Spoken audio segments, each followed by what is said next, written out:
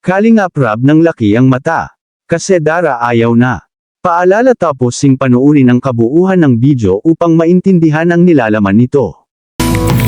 Mapagpalang araw mga kalinga. Alam mo na ba ang latest? Tara, ating alamin. Pero bago ang lahat, paki-subscribe mo muna ang aking munting channel, pati na si Kalinga Prab at Kuya Bal Santos. Maraming salamat po. Mga kalingap, muli nating balikan si Dara Bells. Sino ba namang hindi mamimiss si Dara? Sobrang nakakaaliw kasi si Dara at maasikaso pa kapag may dumarating na mga bisita. Isang araw ay muling pinuntahan ni Kalingap Rab si Dara upang bisitahin. Talagang hinintay ni Kalingap Rab ang paglabas ni Dara sa eskwela upang makasabay niya si Dara at Bea pauwi sa bahay nila Dara.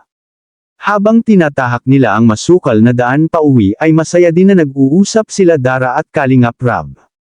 Hanggang sa pagdating ng bahay ay laking gulat na lang ni Kalingap Rab sa kanyang nakita dahil may pinagawa pala ang tatay ni Dara na salakot. Kaya agad na umupo si Kalingap Rab sa salakot at doon na sila nag-usap ni Dara. Sobrang nagandahan si Kalingap Rab at namangha din sa tatay ni Dara. Dahil ang perang ginastos pala sa salakot ay sariling pera ng tatay ni Dara na kinikita niya sa kanyang paglalako ng isda.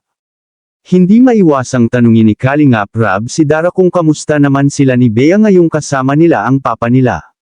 Kitang-kita sa mga mata ni Dara ang saya. Inamin din ni Dara na masaya silang dalawa ng kapatid niya dahil nandyan na ang tatay nila at hindi na sila natatakot. Hindi katulad dati na laging nag-aalala si Dara pagdating ng gabi dahil may mga nararamdaman siyang umaaligid sa kanila. Lubhang mapanganib para sa kanila Dara lalo na dahil pareho silang babae. Subalit ngayon ay kampante na si Dara dahil nariyan na ang tatay nila. At ngayon ay dumako na tayo sa pinakabuod ng ating kwento. Sobrang nagulat si Kalingap Rab at nang laki ang kanyang mga mata sa kanyang narinig ng sinabi ni Dara na 3:00 pa lang ng madaling araw ay gumigising na si Dara upang magdegamo o maghanda ng kanilang makakain pagdating ng almusal. Hanggang sa tanghalian. Sobrang advance din mag-isip ni Dara dahil hindi niya pinapabayaan ang kanyang tatay dahil pagod nga ito sa paglalako ng isda kaya si Dara na ang gumagawa sa ibang gawain sa bahay. Upang hindi naman mapagod ng husto ang kanyang tatay. Sa sobrang curious ni Kalingap Rab ay tinanong niya si Dara kung papayag ba siya kung mag-aasawa muli ang tatay niya. At laking gulat na lang ni Kalingap Rab dahil umayaw si Dara.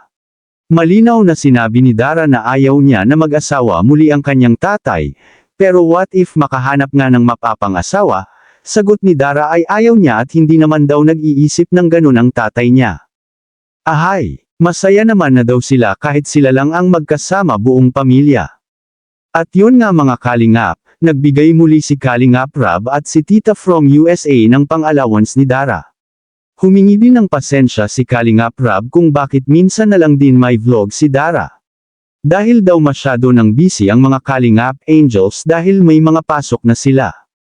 Naintindihan naman din ito ni Dara dahil may mga pasok na sila at sa hapon lang sila nagkakaroon ng bakante pag-uwi galing sa eskwela at isa pa ay marami na din ang mga tinutulungan ni Kalingap Rab kaya naiintindihan niya kung bakit minsan na lang din sila may vlog ni Kalingap Rab.